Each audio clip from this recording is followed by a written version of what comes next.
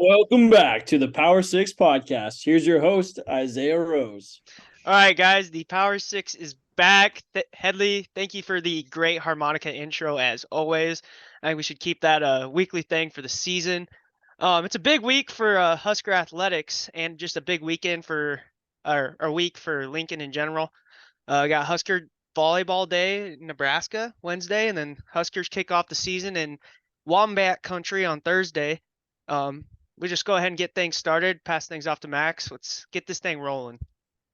Yes, sir. It is game week. Finally, week one, Husker game week, a shortened game week too. Thank God, because this last offseason has already felt like the longest offseason ever. But that is no more, as this Thursday, Nebraska plays Minnesota. Super pumped for that. But before we get into that, we will talk our usual agenda like we normally do. Back into things. We have some games to react to. Week 0. Nothing too major. There were only 7 games, but some interesting things happened. Notre Dame looked really good. Sam Hartman is looked really good. I think he's going to make that offense in that team. I know it's just Navy, but I think that offense is kind of on another level this year. I have him in my notes as Sam Hartman. He carved up that Navy D, like Max, you said. Maybe it was just Navy, but all his receivers were wide open. And I think he had maybe 2 incompletions on the day, at least from when I was watching. He's very accurate, and I think his receivers helped him out a lot in that way. But Notre Dame overall looked really good. Their run game was really good, and it showed with a 42-3 victory. And Uncle Brad had them the over/under points there, so shout out to Notre Dame for not getting that 49th point. In Ireland too, it was very refreshing to not see Nebraska in that game or playing on week 0 in general. Anything else stand out? I know USC, they won by a lot, but their defense still has some question marks. I don't know. Giving up 28 to San Jose State means I think they could give up 45 to Washington, Oregon, Utah, and then face a better defense as well. So I don't know.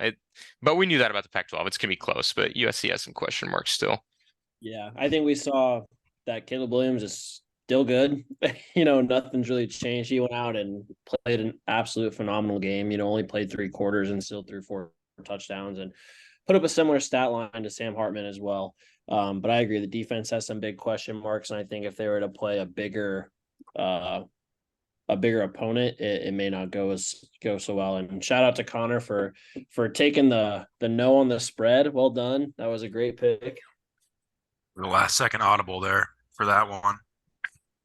Yeah, it worked out for you because everybody else said yes, and you're like, you know what, I'll be the odd one out, and it worked out in your favor. Same with Headley picking UMass. I think New Mexico State is probably the worst team in college football now. I don't know if you guys saw this, but in the San Diego State game, the quarterback threw the ball at the referee's face. That was notable. I did see that. That was hilarious. I saw on my Instagram reels. That was pretty funny when I saw that. Wanted to note that I don't think I can say this, and I'm not going to. You gotta say it, man. Okay. You gotta say it. What was that? You sounded like it was just going to be another just conversation piece. It's not? Yeah. I was just going to say Hawaii was a little too burnout to take the win. Okay, all right. Vandy. Yeah, we can. Okay. It was just terrible. That is awful. Hey, it was much closer than last year, though. It was. I'll give Hawaii is much improved. Yes. I do think they were a better football team than last year. I did like what I saw. Without a doubt. Like Devin said last week, they were fired up for the game. Thank you, Isaiah. We got some Vandy after dark. Did you guys, back to that San Diego State versus Ohio game? Did you guys see Fox's new score bug? Yeah, what was that? Terrible. Also, I saw everyone's calling it a score bug. What is that about? I thought it was a scoreboard. Well, scoreboard is, in my understanding, scoreboard is like in person, like a scoreboard, and then on TVs they call it in the business a score bug. Score apparently. bug. I learned that this week. Score bug. Score I bug. thought it was meant terrible. like, I thought it meant there's like a problem with it. There I was was. like, No, apparently that's just the lingo in the business. No, I don't know. we're not in the TV scoreboard business. is a score bug. No, we're not. But it's called a score bug. Just yeah. Anyway, back to the point of Fox's score bug. Terrible. Yeah. It was it was freaking huge, and it's ugly. It's just way too animated. It was What yeah. What was worse, Fox's score bug or Vandy's scoreboard? I thought that thing was gonna Fox's fall score bug. in the end zone at one point. Yeah, that was funny. Doing a little construction there. Yeah. But yeah, I'm glad you guys noticed that too, because I was getting a lot of gripe on well, both the Vandy scoreboard and the Fox score bug were both getting a lot of attention and gripe on Twitter, but particularly Fox's score bug. And it really pisses me off because I saw that they were getting a ton of shit for that, but do you think that they'll change? I don't think they will, but I think there was they're just enough gonna people tell us actually. to go fuck ourselves. I think so. I think at some point they'll change it. I really hope I so. think there was enough scrutiny over it that it will only be this year, though. I think they'll change it after this year. You think they'll do it a whole year? I mean, normally score bugs last like 3, 4, 5 years for channels, and they don't change it. Like the one that Fox had before this, they had for 3 or 4 years. Well, they should just go back to that one. Come up with a new They one. should. It was yeah. I would rather watch a Nickelodeon NFL game than look at that. It looked like that too, because whenever there was a flag or a touchdown, it just was like big flashy graphics with like kindergartner writing Exactly. and then flag. And then they have the tilted logos. It's like you're playing NCAA football 10 or something. Yeah, I agree. Yeah. So yeah, Fox is trying to make a mockery of football. Apparently, it's actually a joke. And then you could measure it on your TV.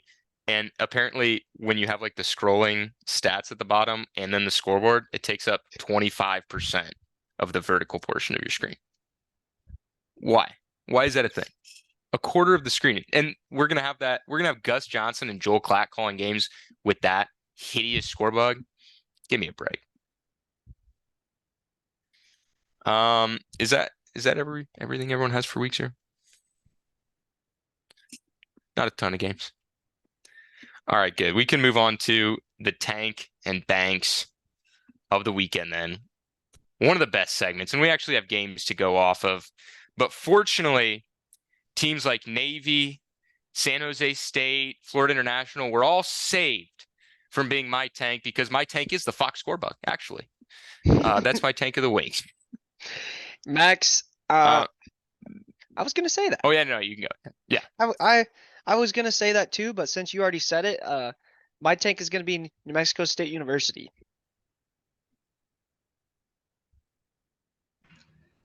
My tank is gonna be a little throwback here. Didn't actually happen this week, but I was reminded of it this week. Is the onside kick up 11 against Northwestern? That was all over my feed this week or on Saturday, and I think I had to rewatch that about 100 times. Nice throwback tank.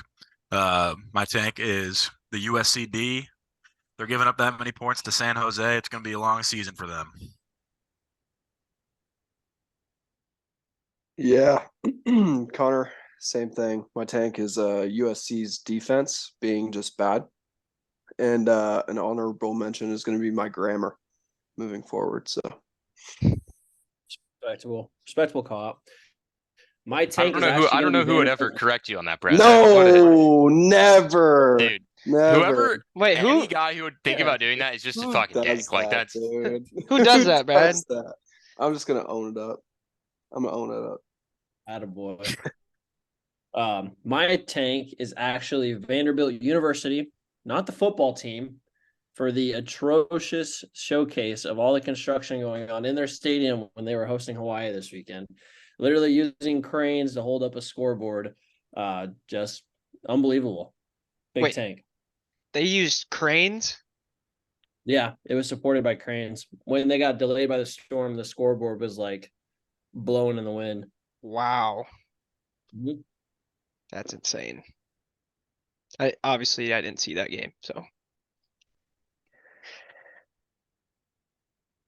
My bank of the week is going to be kind of a easy, obvious choice, but I'm just going to throw it to Sam Hartman because he looks to be on a really good offense and a really good team in Notre Dame, and he put up some really good numbers. So yeah, I agree, Max. Notre Dame looks like they're going to be in good form this year with Sam Hartman in that offense. I struggled to find a bank this week. So I'm actually go with Caleb Williams. What do you have? 4 touchdowns. Pretty easy game. They got him out of there pretty early. But I also, right before game time, got my bet in for Caleb Williams Heisman. So that's a good start, I'd say. I mean, you nice. really couldn't gain anything there, but he could lose something, and he didn't lose anything.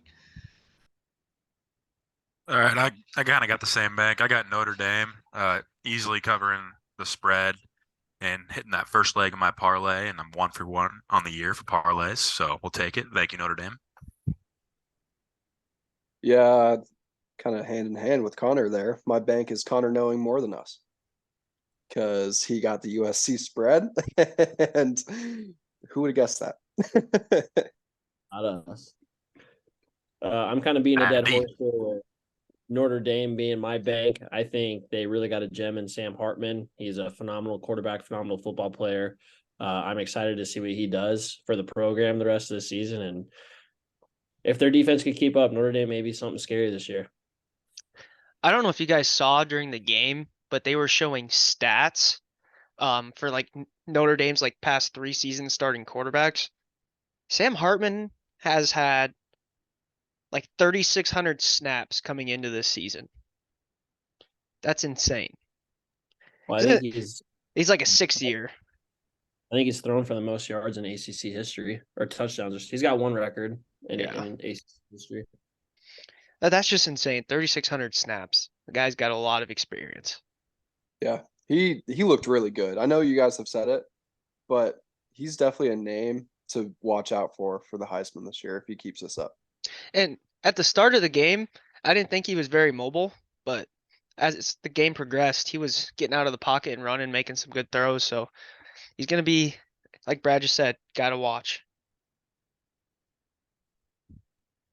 I think it was the first game against Navy. I won't throw out Heisman remarks until he plays, maybe a Power 5 school and Well, has a don't- performance like that. But we're throwing out Heisman remarks for Caleb Williams this year and playing San Jose State. Seriously?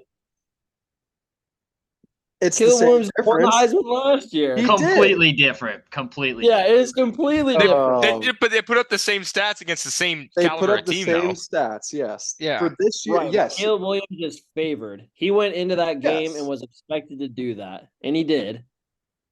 Well, they Heisman didn't. voting was today. I'd give it to Caleb Williams. Yeah, I don't think they expected Sam Hartman to go in there and throw 4 touchdowns. Exactly. I tell you, So he's proven himself. After watching the first quarter, I sure as shit didn't think Sam Hartman was going to throw 4 touchdowns. They were running the ball so much. Yeah. He had almost 300 pass yards, didn't he? Or is he like Sam Hartman, yeah, 275? Yeah, something like Yeah. that. And Caleb Yeah. Williams had like 250. Yeah. They had, They had similar stats. Yeah. So, and they weren't playing very good teams. I don't know. It's hard to say, oh, we have to wait because he has records in the ACC too. So, Yeah. Yeah, he balled out at only- Wake Forest. yeah. I only say that because he wasn't in the Heisman. Like he wasn't a Heisman finalist last year. Caleb Williams won the Heisman, so obviously he's gonna have Heisman talk around him all season long. For sure. I think Sam Hartman needs to win a couple big games, and then he's gonna shoot up the ladder. Like say he goes and he plays. I don't know what Notre Dame's schedule is. I'll just throw out Ohio State because they played them last year. Say they go to Ohio State, they beat Ohio State by 20, then I would say he's right up there. They do play Ohio State, don't they? Well, They yes. play Ohio State, this year. And there, so if they go and they just smash Ohio State, then I would say he jumps over the rest. Oh yeah, I'm not giving him the trophy right now, but I think he's going to be in the running by the end of the season. That's where I'm getting at. I'm not just saying, oh, Sam Hartman, here's the trophy, you know? Yeah, I would be really surprised if Sam Hartman drops off, is what I'm saying. So, yeah. I mean, if I had to create a list of 10 guys right now who would be my top 10 in the Heisman, like he would be in there now, and he probably wouldn't have been before week 0. Maybe that's an overreaction, but he put up some really good numbers. So if Jeff Sims goes out and throws 4 touchdowns, you throwing him in there too? If he throws for 400 Yes. yards, probably. Oh, he has to throw for 400 yards, but not Sam Hartman or Caleb Williams. Nebraska's going to be so underlooked. It's hard to throw guys in there like that are in a program like ours. Okay, the difference is Jeff Sims has not done that throughout his career. Sam Hartman still put up ridiculous passing stats at Wake Forest. Like he has a track record of being like a guy every year who by the end of the year was probably top 10 Heisman standings. Like at the end of the year. Because he put up ridiculous numbers the last couple. So that's just saying, like, Sam Hartman, Jeff Sims hasn't, so I wouldn't overreact to one game. Sam Hartman has the track record. So it's like, I feel like this is like, okay, nice. He's on a really good team now. He could be that guy.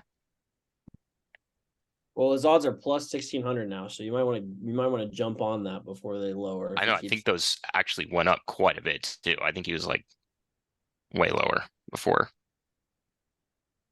that game. But anyway, we can move on from that. I think Notre Dame plays like an FCS school this weekend, and USC plays Nevada. So we'll see how those 2 games go. But we can move on to a week 1 preview. I think this is mostly going to be taken up by Nebraska preview, because boy, do I have some things to say about that game coming up Thursday night. But there's a couple other good games this weekend. Florida at Utah is Thursday night, rematch of last year's game, which Florida won. Great game. Cam Rising should be good to go for Utah, but there's some rumors that he is going to be maybe not 100%. But it's at Utah, and I think that atmosphere is going to be insane. They really want revenge from that loss last year. Yeah, I remember watching that game last year, and it was insane. Cam Rising played his ass off, so he's definitely a big factor for Utah's offense. Very experienced guy, has a heart for the game, so I think that'll be a big factor in who comes out to win. But they're at Utah this year, so hopefully the home field advantage helps out a little bit.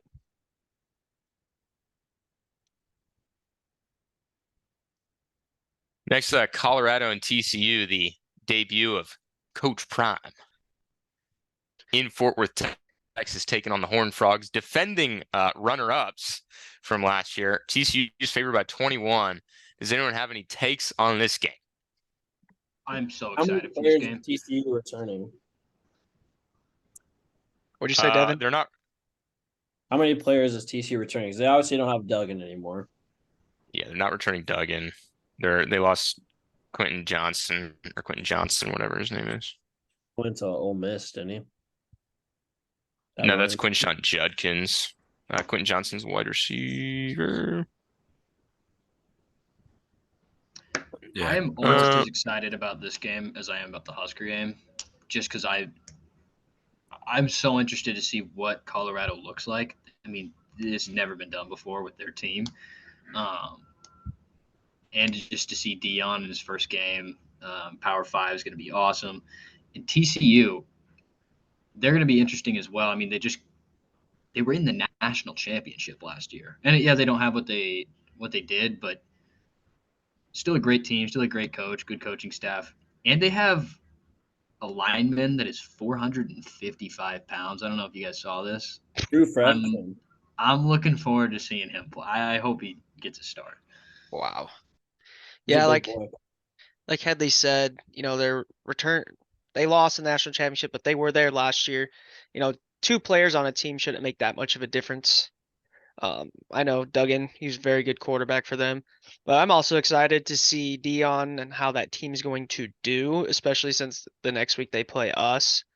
So be interesting to see how they play. Like 21-point favorite, like Max said, so be a good game, but I don't think Colorado's gonna have a chance. I think we're gonna watch Dion's system crumble. Dude, I hope they lose by 100 points. and that I still just wouldn't satisfy me. I just don't think there's going to be enough chemistry. It's such a new group of guys that you're bringing them. Not only is it against TCU, but it's also at TCU, which is just bringing them into a huge hostile environment. And I just think it's going to kind of shell shock them a little bit. Yeah, I agree because like Dion coming from Group of 5, he's probably never played in a game in a stadium like that, an atmosphere like that. Dion's coming from the FCS. Well, he Yeah. did play in the NFL. Yeah. Okay, he didn't coach. And he did He didn't play at Florida coach though. State. He didn't coach it though. I feel like there's He a lot knows- more he knows what pressure. it's like. I feel like there's a lot more pressure from a coaching aspect than there I- is as a player aspect. I don't mean, think he- Dion is worried the- for 1 second about the atmosphere. I think he's just larger than life. I don't think there's any atmosphere too big for Dion himself. But Yeah. who knows who knows what Dion's like if he loses, because he never really lost. I think it's tough to worry about the atmosphere when your own team might barely know the playbook. Colorado has more than it's like just over 50 of their 85 scholarship players hadn't practiced with the team until August 1st. So that's just, I don't know. I mean, they got a good transfer class. Like they got a top 5 transfer class just in terms of talent because Dion could do that. But it's just like, it's just puzzle pieces that might not fit together. Like, you just have no idea. And besides that, they look like the tiny baby buffs. So could be some issues there. But I would agree, Headley. I'm super excited for that game. 11 a.m. It's going to have Gus Johnson, Joel Klatt, big noon. That's going to be so entertaining to see what both those teams look like. And I would agree. If Colorado could lose by a lot, that'd be fun. All right, Con man, Utah State in Iowa City this Saturday. What's happening Let's with that go, game? baby. Well, I don't really know shit about Utah State, so I'll be straight up honest. But I think McNamara is gonna be back, but I don't know if he's gonna be quite 100%. His like quad injury is kind of just like a nagging injury right now. But hopefully Iowa can just blow him out, and then Brian Ferentz can not worry about that points tracker. Put up 50. That way, if they get shut out the next week, they're still at 25. I'm shocked that they're a 25-point favorite. Why is that? Yeah, they're probably thinking it's going to be 25-0 or something. Yeah, that's just a lot of points for Iowa to have to score. The whole new team. I think it's because Well, of McNamara.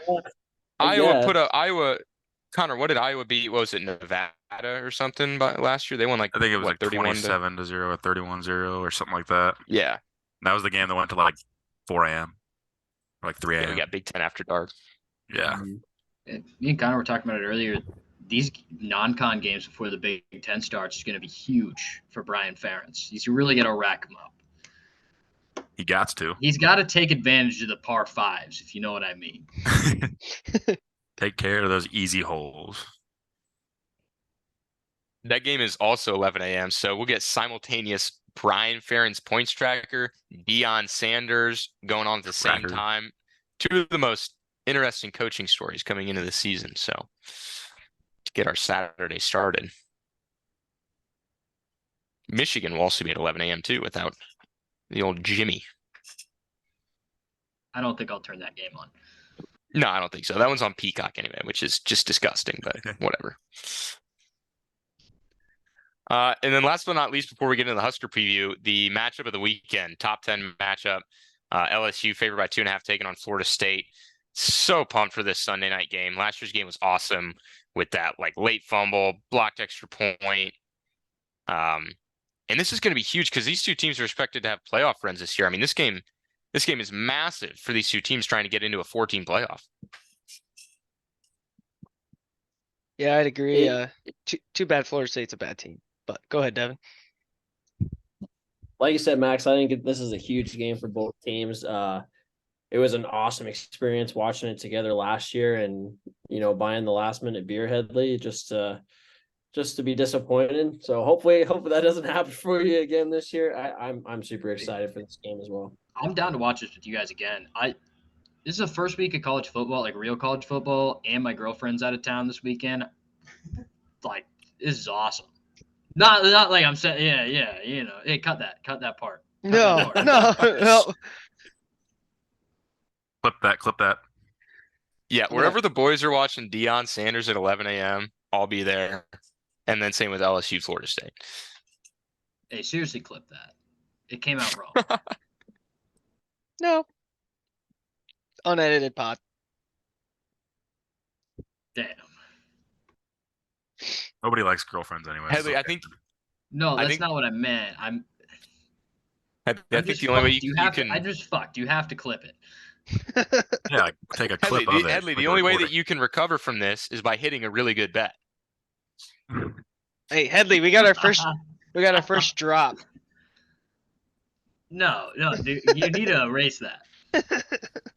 Headley, just hit a couple big bets, couple big parlays, and she'll forgive everything.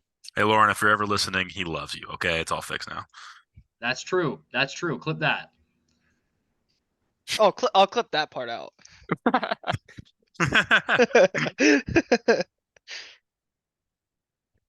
All right, fellers. Last preview, but the most important one. Like I said, it's game week. Couple days. Not a lot's going to get done at work this week because it's game week. That's all I can think about. Nebraska traveling up to Minneapolis Thursday night, 7 p.m. Gus Johnson, Joel Klatt on the call. Minnesota's calling for a gold out. We know it's going to be spoiled with some red in there. The Goph are favored by 7.5. And boy, I'm excited. That line has actually moved quite a bit. It opened at like 8.5. It was down to like 6.5. Now it's 7.5. Think it's gonna be another one-score game. What do you think, boys? Yeah, I think it's gonna be a one-score game. I don't think it's gonna work in our favor, unfortunately. We don't normally start out seasons right, or very good. I wouldn't say right. And I think with the new system, new coach, some new players in there, it's gonna take us at least a game to get going. So I don't think it'll work in our favor. I hope it does, but I want to be realistic with myself. Yeah, I'll be realistic too. The last 2-3 years, the first game has been made up to be this like absolutely cannot lose game, and then we lose it. And this year, it feels different, and it feels kind of like a loss here is not the end of the world. Which even you look at Scott Frost's first year. I mean, the first game was Akron, which everyone's like, that's a must-win game. And then that doesn't happen. Colorado comes by it. That's a must-win game. He loses, and then everything goes terribly wrong. I think the attitude of all Husker fans has kind of shifted. We're kind of like ready for a rebuild season. The whole energy around this game feels different. Yeah, I can agree on that. I think it also depends on who we're playing. I think, 2 years ago when we went to Illinois and played them, that almost felt like a must-win game because that was an absolute must-win. No, yeah. It was Last like 2 years in a row, it's it had to been be the must-wins. Super Bowl. right. It was a newer team. I believe that was Bielema's first year, wasn't it? Yep. Yeah. So obviously, winnable game for Nebraska, just costly mistakes that kind of prevented them from winning that game. Last year, they, must-win game against Northwestern. The fact that with Northwestern, their only victory was against us is heartbreaking.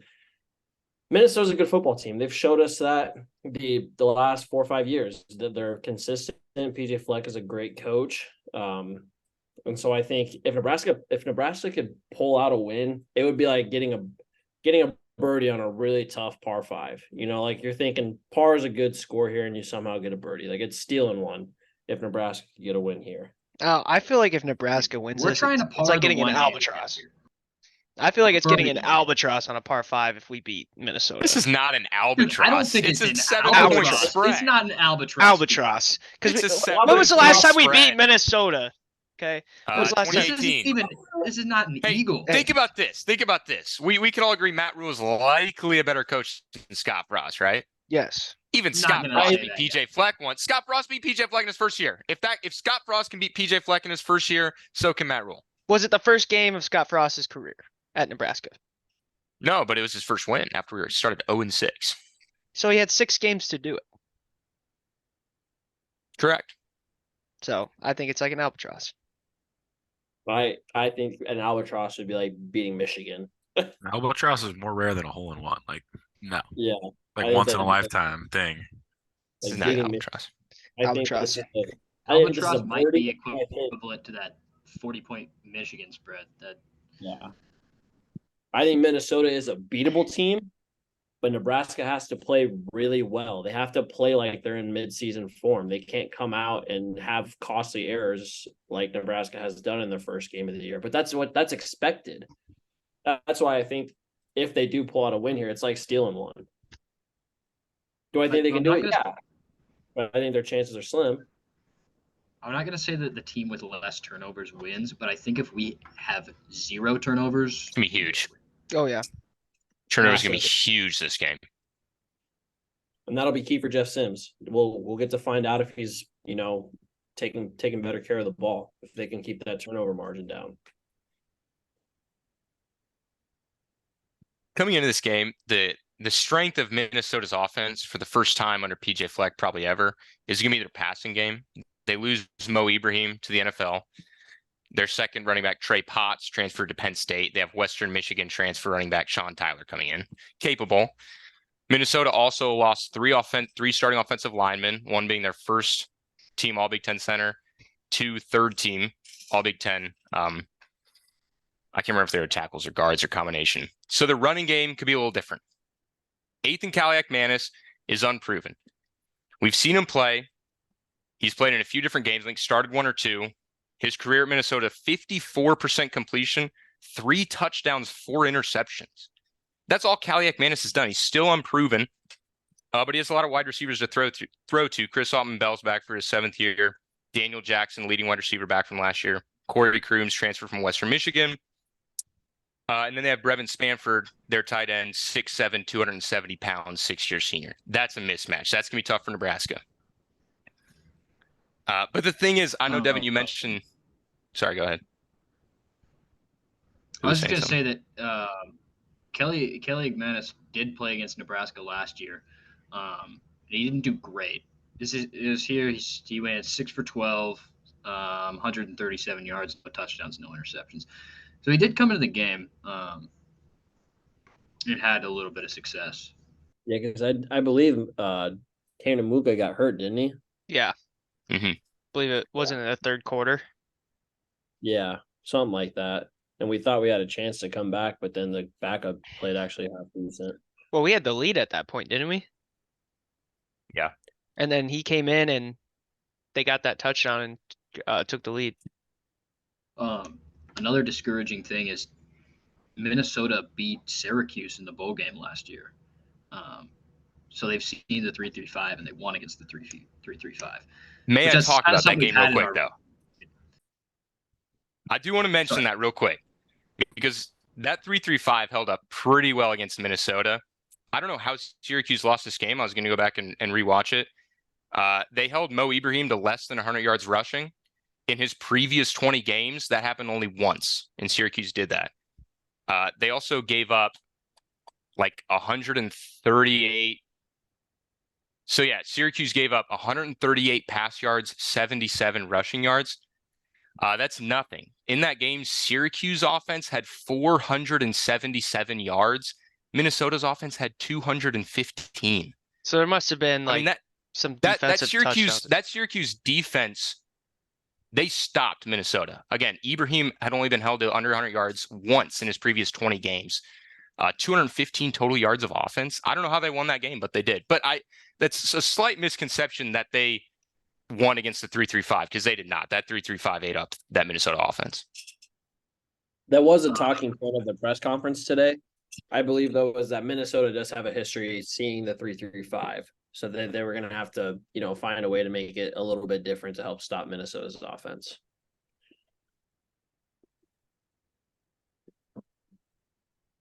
And wasn't Tony White gone for that game anyway? He had already left. Tony White was out of there. Yeah.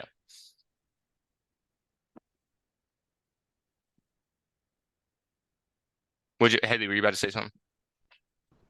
No, I'm good. I'm good. We got a lot more games to get to, so. This is true. Last thing, too, I just wanted to mention that Minnesota's defense, they got some rebuilding to do as well. They lost 5 of 9 all-league starters, 2 other starters gone.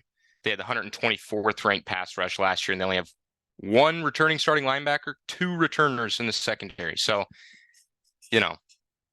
Minnesota's due for a bit of a rebuild this year. Last year's Nebraska team was one of the worst Nebraska teams I've ever watched, and they lost to that team by 7 points. So a better Minnesota team last year. So if there was ever going to be a year that you could beat a PJ Fleck program in your first season for Matt Rhule, I think this would be the year.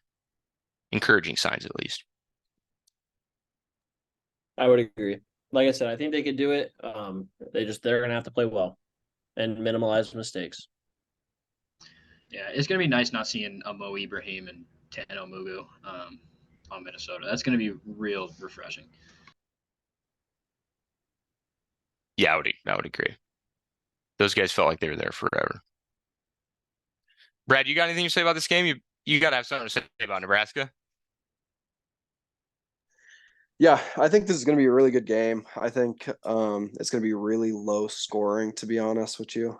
It's going to be classic Big Ten with 2 offenses that haven't and have new changes this year.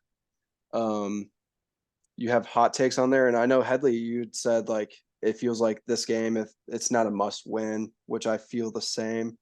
I do have a hot take for next week though, that if we lose to Colorado, that game feels like a must win to me, because if we don't beat Colorado, we're gonna go like 4-8.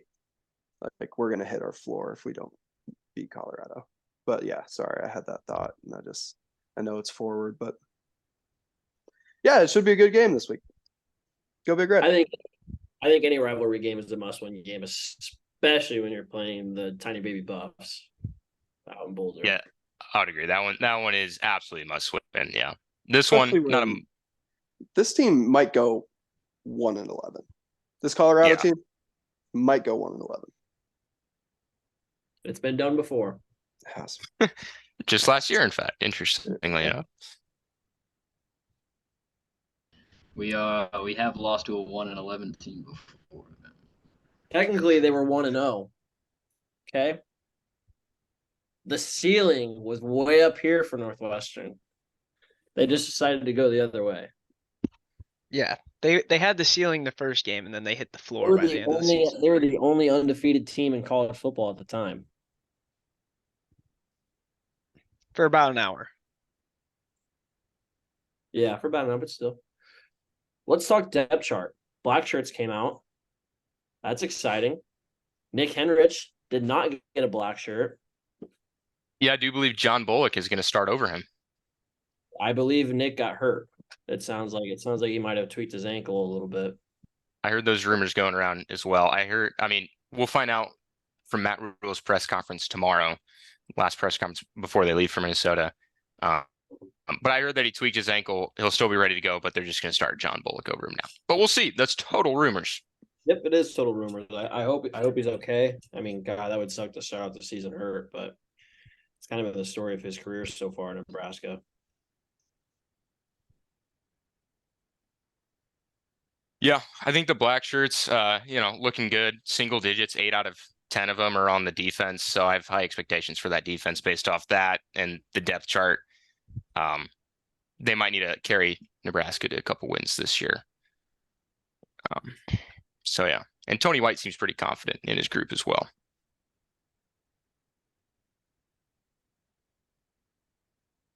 With that, what do we think Matt Rhule is going to be wearing? What's he going to be wearing, and what color is he going to be wearing?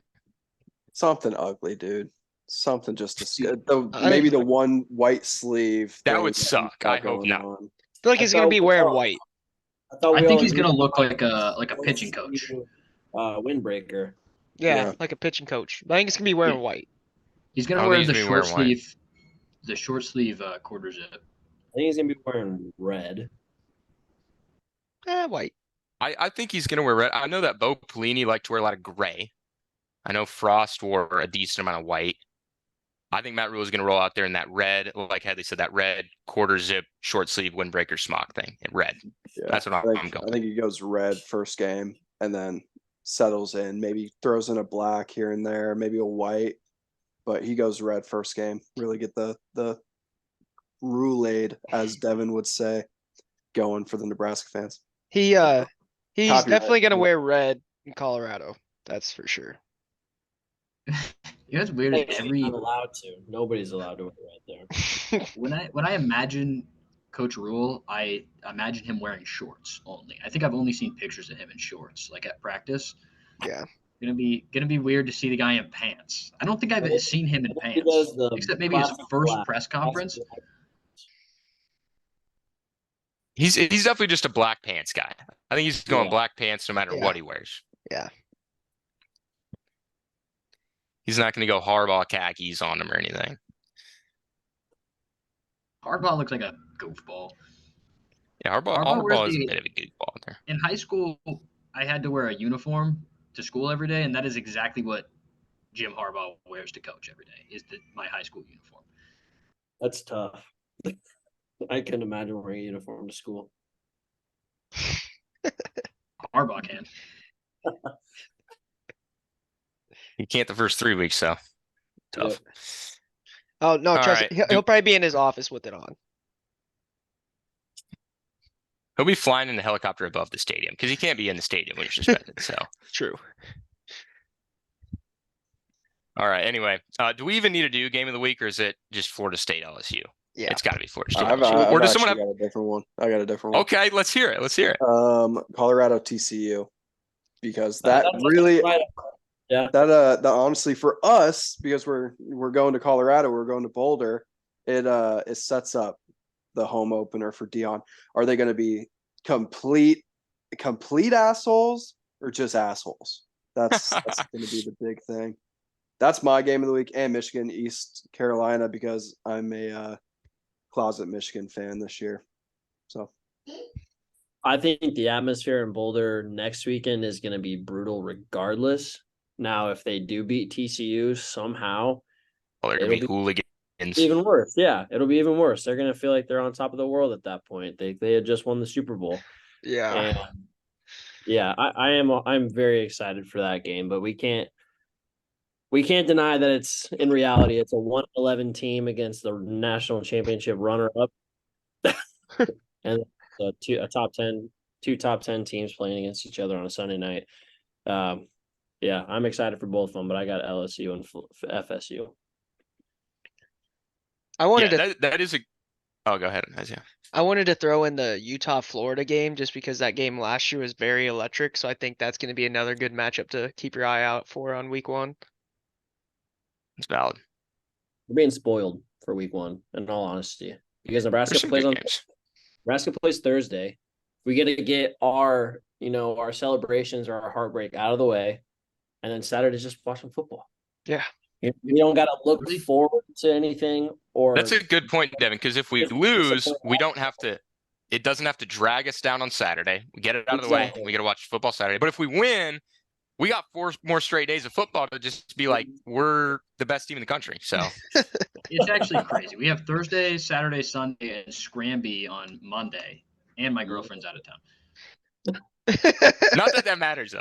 Hey, cut that out. That's beside the point. I do like that one though, Brett, because I think everyone, including all of us, so curious to see whether this Dion experiment is going to just implode or maybe work. I don't know. Probably not. But anyway, with that out of the way, I did want to make a note of this every week. It's likely just going to be the first couple weeks while non-con play is happening.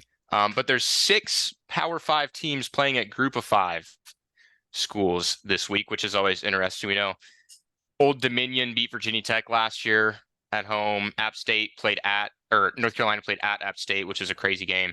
But Thursday night, NC State is playing up in UConn, interestingly enough. Friday night, Stanford at Hawaii. Doesn't start till like 10 p.m. Cal is playing at North Texas. Wazoo's playing at Colorado State. Saturday night on CBS, Texas Tech at Wyoming. I have a feeling that one's going to be a pretty good atmosphere in the highest elevation stadium in the country. Some forget. And then Sunday, Oregon State plays at San Jose State, if I can get it out of my mouth. So those could be some interesting games. I think Always on upset alert. out of all of those games, the one I'm most intrigued by is the Oregon State at San Jose State, just because USC just played them, and then Oregon State and USC are in the same conference, just to see how they kind of match up. Because Oregon State's they're ranked this preseason, aren't they? No. Oregon State. Yeah, Oregon State is ranked. Sorry, I might not have it. They're like 17, 18, yeah. Yeah. So I'm interested to see how they'll match up against San Jose State, but all those other ones, not too much for me.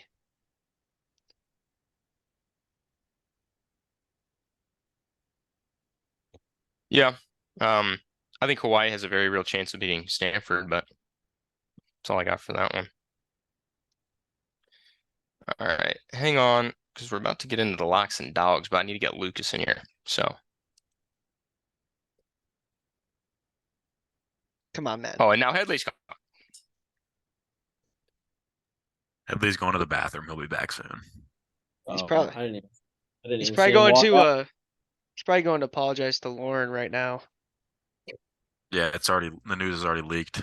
Yeah. There we go. There we go. The Gap Daddy.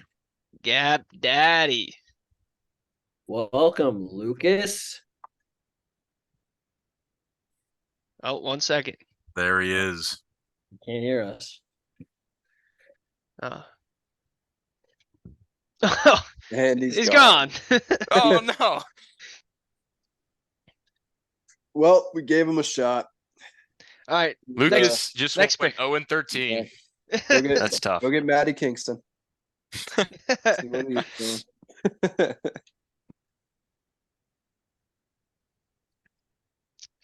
So, anybody got any jokes? My keys to the game for Nebraska, to go back to that while we're waiting for Lucas to hop on. One, Yes. I think obviously the biggest thing is Nebraska needs to win the turnover margin. I think they need to keep possession of the ball, and they need to get some takeaways from Minnesota's offense. I think our ground game needs to be exceptional. I think Gabe Ervin, Anthony Grant, Ramir Johnson, I think they all just need to explode for. Boys. If I had to ballpark it, I think we should have over 175 rushing yards as a team. Hopefully Gabe Alright, Irvin boys, goes sorry, off. my mic does not work on Google Chrome. I forgot about that. So we're using Safari now. We're all good. Oh, good. You sound You're good. gonna get eaten alive in here. We know I don't know football. about that one, Head. I don't know about that one. Lucas, can you see the chat and see the order? Or do I need I to? can't see the chat. I did not see the chat of the picks, but I got the chat of the picks from Max from earlier. Oh, well, can you see the order that we go in? What do you mean? Just resend it, Brad. There it is. He's got it. Resend it. Sorry, my bad, boys. Yep, it's Oh. all your fault. It's not your fault. It's actually Brad's. You're about to end up on our blacklist.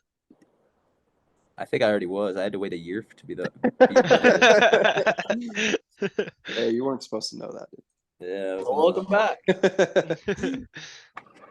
All right. We would like to welcome in Lucas Gappa joining us as our guest picker this week. Week 1. First guest picker of the year, Lucas. Thanks for coming on. It's an honor. Going in blind, boys. It's an honor. This is gonna be crazy. Lucas, do you want to your little introduction? Tell us a little bit about yourself. You know, What are your boys. strengths, your weaknesses? What's your Strengths. credentials? Huh? Yeah. Strengths. Why do you think that you can pick football games? Do you know ball? You know ball? I What's think your I know social ball, security boys. I number? think I know ball.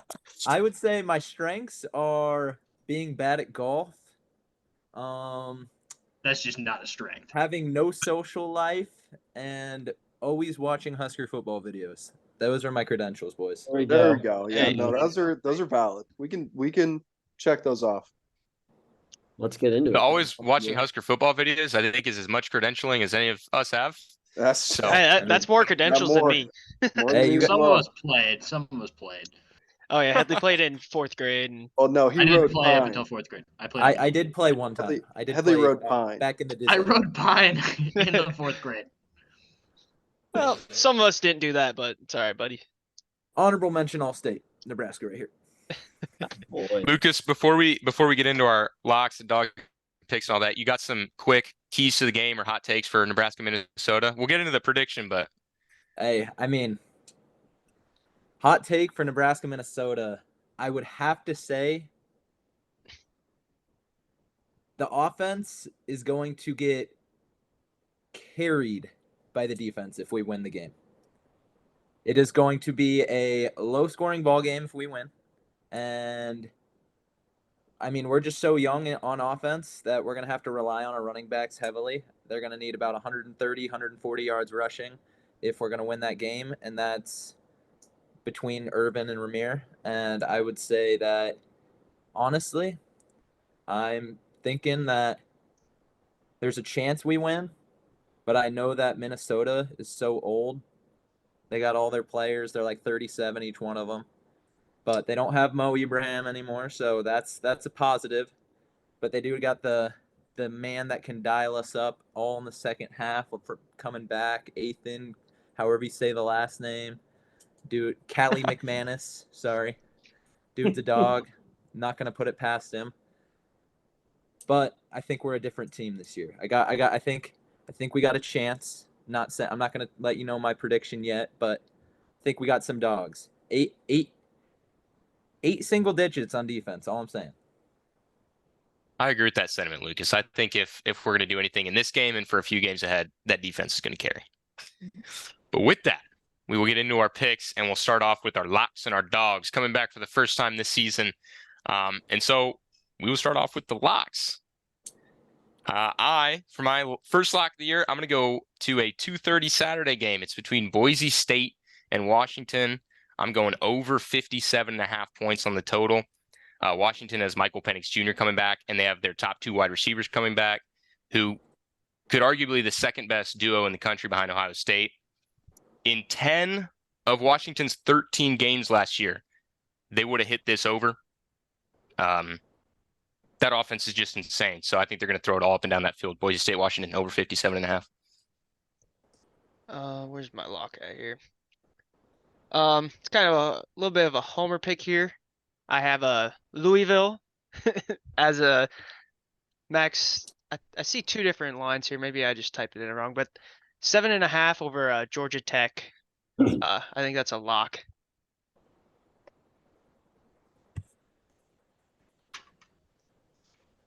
So I have for my lock, I'm taking LSU 2.5.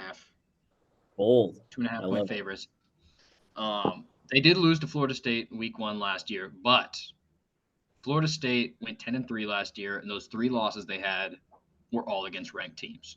They didn't have a single win against a ranked team. This team really hasn't proven anything, but everyone thinks they're going to win the Natty. I don't. LSU. Bad football team. All right. Mine's kind of a lazy pick here, and I know it's starting out kind of lazy, boys, but nothing hot here.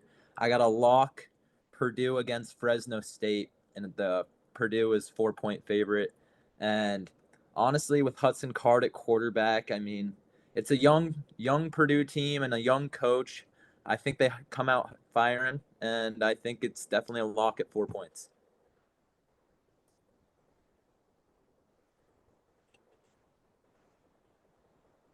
Is it me, Brad, or you? Connor. You typed the order in wrong, but You changed the order. okay. For mine, I have Alabama versus Middle Tennessee State. I got the over 51.5 points. I think Alabama's probably going to just cover it on their own. And maybe Middle Tennessee will sprinkle in 1 touchdown or something. Hey, don't go against the Blue Raiders. Blue Raider Nation right Not here. going against the Blue Raiders. I'm going for the over. That's those are my boys in NCAA 14. Shout out Nate Nate Weibel. Weibel's boys. Okay. So I'm gonna go Michigan, East Carolina over 52. It's a lot, but I think Michigan is going to come out firing. I think they're going to put up 49 themselves, and then East Carolina should be able to get at least 1 touchdown. in the fourth quarter. So I'm going to go 52 over. All right. I was scrambling to find a lock because I was originally just going to pick a team. I think I'm going to go the TCU Colorado over 63. I think this is going to be a game where it's just going to be a gunslinging, and it's going to be a high scoring game. TCU is known to score a lot of points. It's mostly going to be TCU, but Colorado may get a couple scores in there.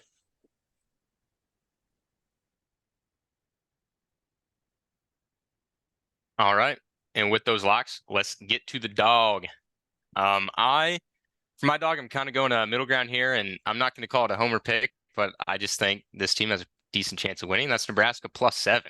I think 7 points would be nice to have, and I think Nebraska can win the game. So, Max, you want to my dog. explain the dog system for the season? Oh, yes. New points. Thank you, Devin. I appreciate that. So for the underdogs this year, new system, point system. I think we've explained it slightly in previous pods, but to really hone in on it, you can choose any underdog you want from like 1 point to +55 points, and they have to win outright. Cover doesn't matter anymore this year, meaningless.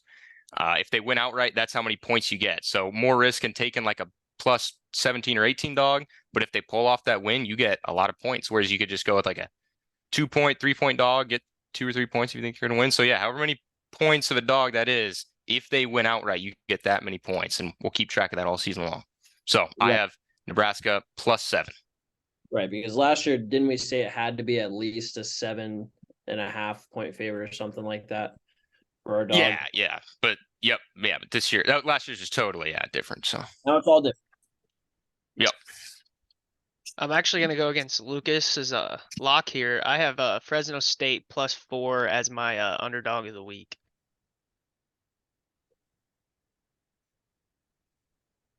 I'm taking Florida +6.5 against Utah as my dog of the week. I'm really interested to see the strategies we have on this new underdog. I'm thinking that the Tortoise is going to win.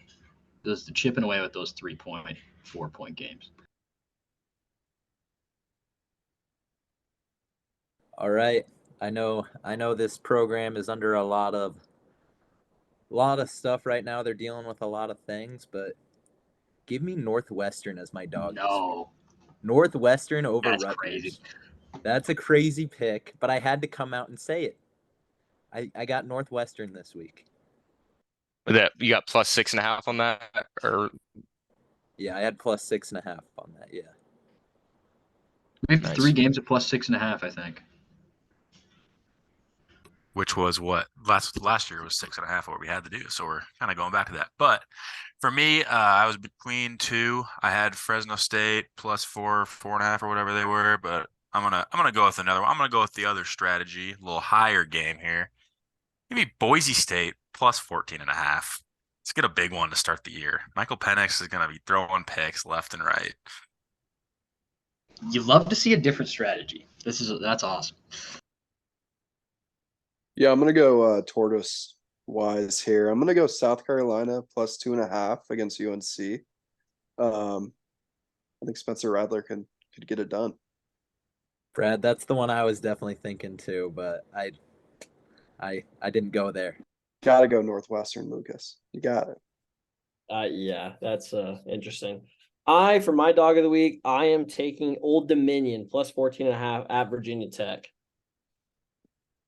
they won that game last year. They won it last year. They're going to do it again this year. That's gonna be really fun to see the strategies play out and points for that underdog. Really curious to see how that goes.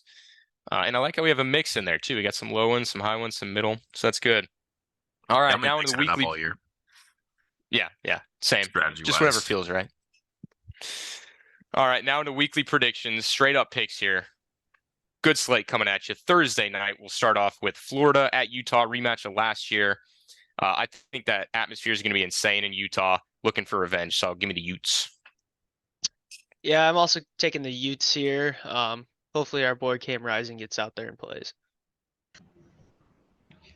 I think in the SEC it just means more, so I'm going to take Florida. Come on now, I can't go Graham Mertz. Cam Rising's gonna get the W. It's Yep, I got Cam Rising in the Utes. Yeah, I got Utah as well.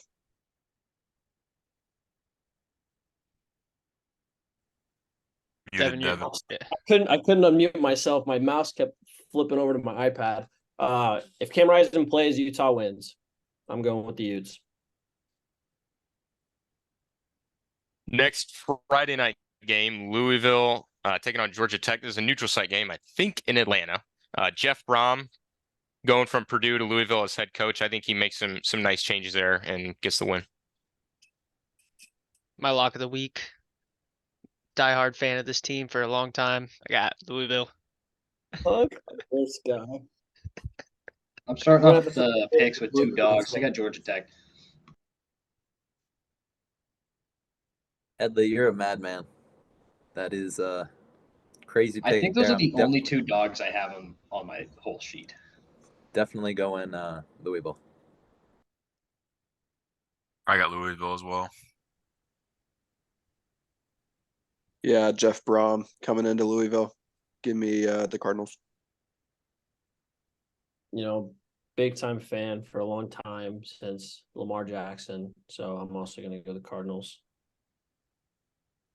Not fake fan, Devin Miller, making his point known. Yep. Now we get into Saturday, 11 a.m. big noon kickoff. I think the anticipation behind this game is awesome. Can't wait to see what happens to Dion. I think he gets smoked in the first game. Give me the Horned Frogs.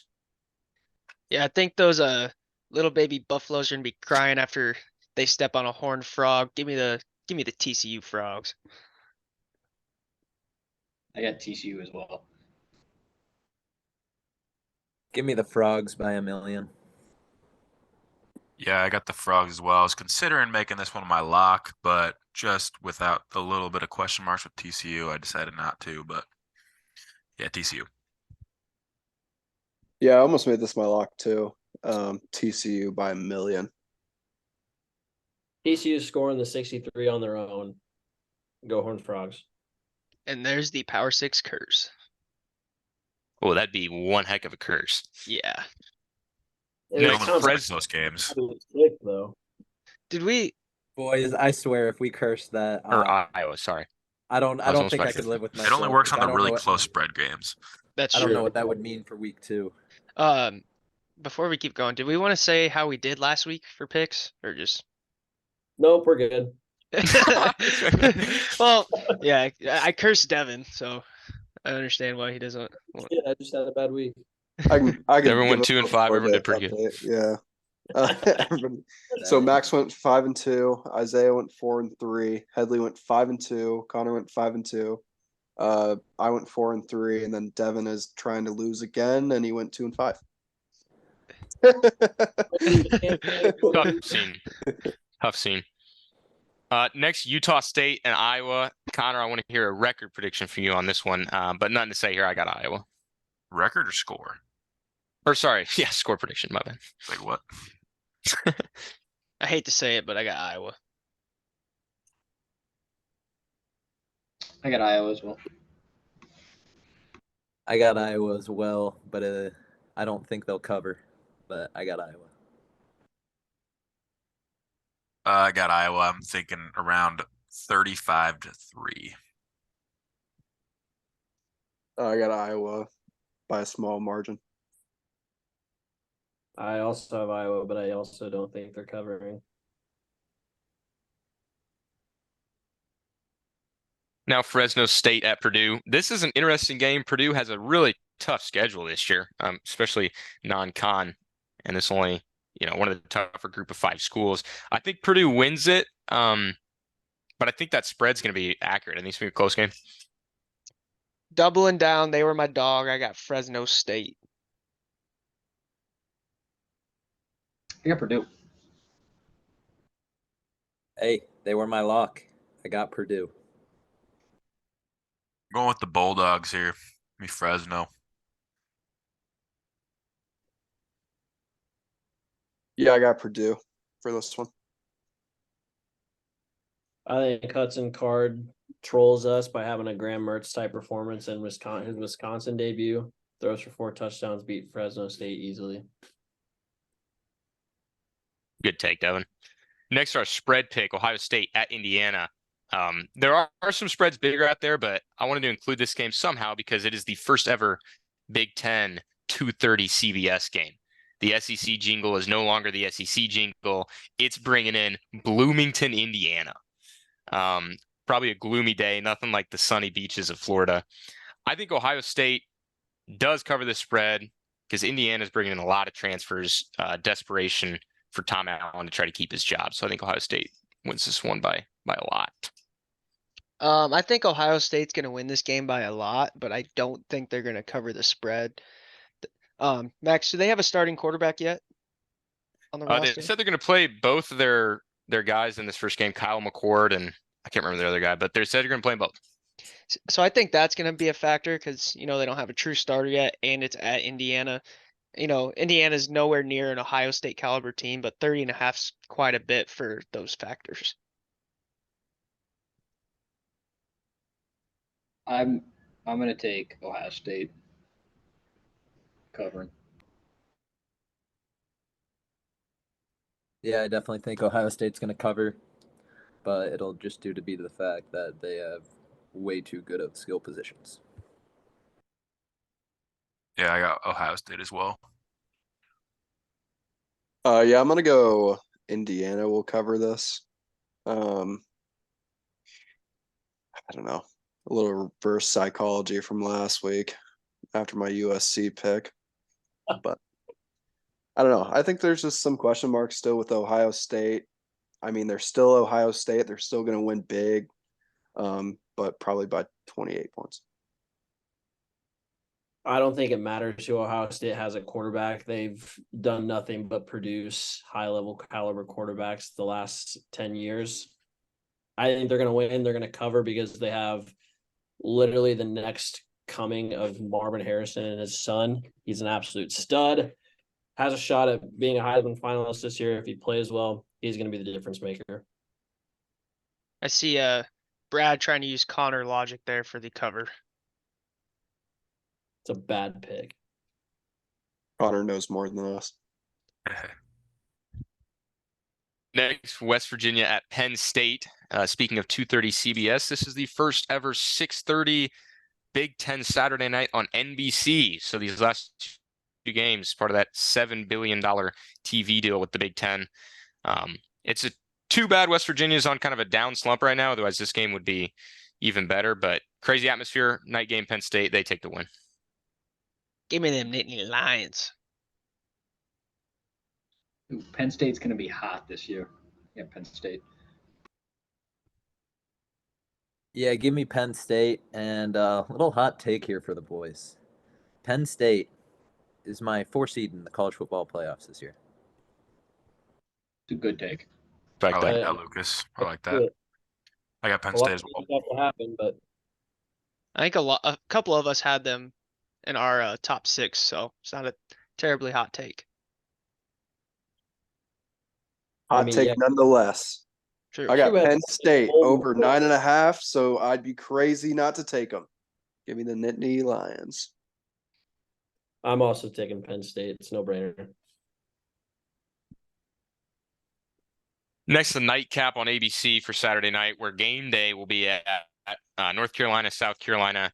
This one, I mean, like the spread indicates, total coin flip for me. I'm going to trust Drake May somehow, but no clue. It's going to be a great game, though. Yeah, like Max said, I think Drake May is going to help out UNC here. 2 big name quarterbacks, but I think Drake May's got a better team behind him. This is a game I was considering for my dog. I'm taking South Carolina. With this game, South Carolina beat too many ranked teams at the end of last year. I got to go UNC and Drake May. They lost their Heisman. offensive coordinator. Yeah, but they might have lost him already before those last couple weeks, from what I was hearing. I'm also going to stick with Drake May and the Tar Heels. All right, Headley, let's ride. I got South Carolina. This is a homer pick, but I got North Carolina. I am a longtime North Carolina fan in every other sport except football. So I got to go for them. And plus, I still do not like Spencer Rattler. Dude's a rat. Dude's a snake. Moving to Sunday, we have 3 games: a morning game, an afternoon game, and a night game. Sunday college football, I included them all because why not? First game, 11 a.m. on CBS, Northwestern at Rutgers. Really interesting, just with what's happened with Northwestern all offseason. So I'll tune into this one, but I got Rutgers taking the win. Yeah, I also have Rutgers here. Not a very stout Big Ten matchup, but yeah, I got Rutgers. I'm going to take Rutgers as well. I was surprised to see the spread so close just because of everything I've heard about Northwestern. And in my mind, they're just terrible, but we'll see. Gentlemen, this is the Big Ten game of the year that we've been waiting for. Give me Northwestern. Give me the Scarlet Knights. Northwestern is just always bad. Yeah, give me Rutgers. I don't know why you're so high on Northwestern, Lucas. I think they are literally at rock bottom right now. No Hey, Pat. I think they're at rock bottom too. 1-11 last They year. win their first game of the year. They win their first game of the year, baby. It's got a point. It's got a point. I don't think I got Rutgers. Lucas could make the rest of the pod look silly with that one. 2:30 afternoon game on CBS. Sunday, Oregon State traveling to San Jose State. I got the Beeve. Yeah, I'm going Beeve. Beef. Give me DJ and the Beeve. Give me the beef. Beef.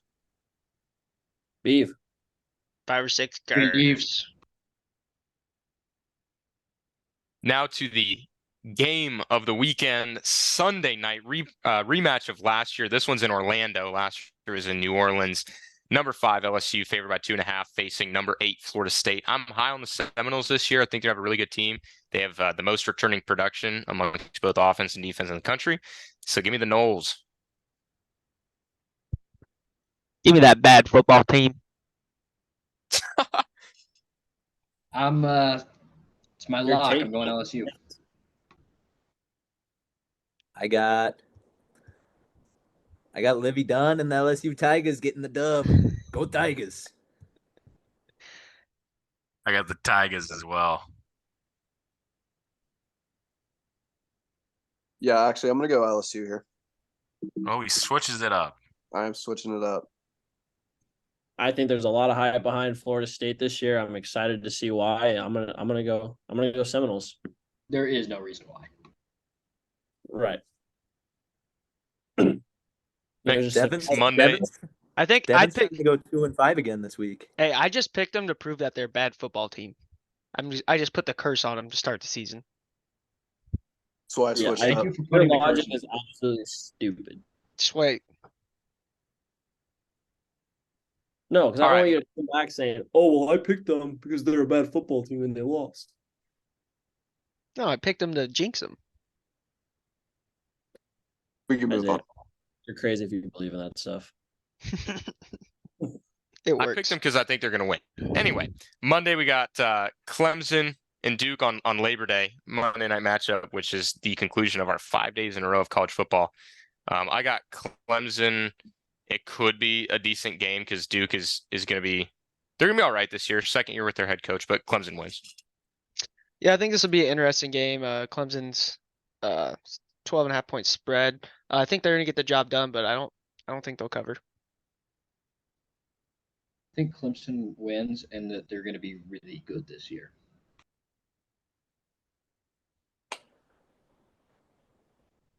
I got Clemson, but I don't think they're going to be great. I think it's going to be choppy start. Dabo. I'm with Headley. I think they're going to be pretty good this year. I like Cade Klubnik from what I've seen of him, and I think they're going to beat Duke pretty good here. I'm gonna go Clemson here.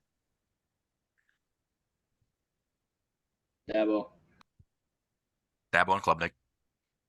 I'm also going to go Clemson here for the reason that Jacob said, because they have Dabo Sweeney. You know, he's been an excellent college football coach since he's gotten to Clemson, and they've kind of flown under the radar since Trevor Lawrence left. Like they've been kind of in that weird pits where they've been good, but not really good.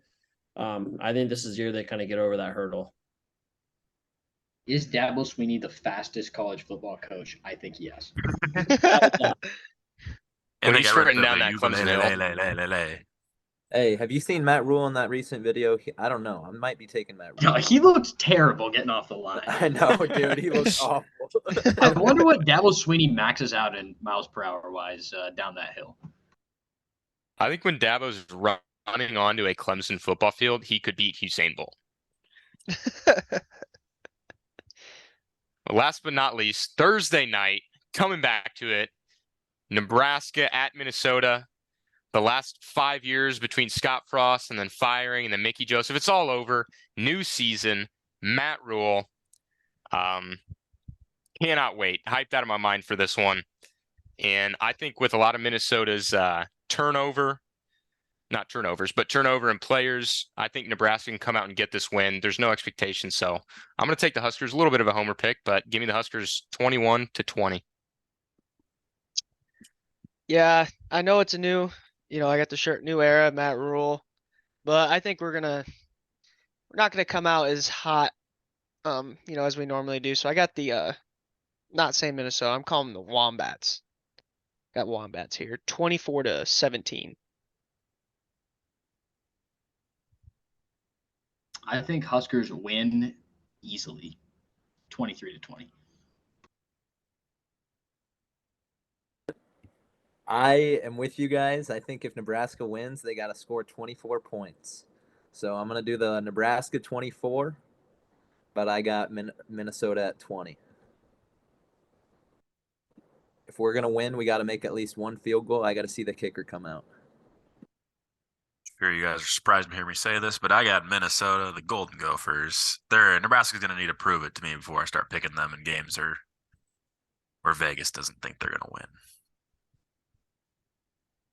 You got a score prediction, Connor?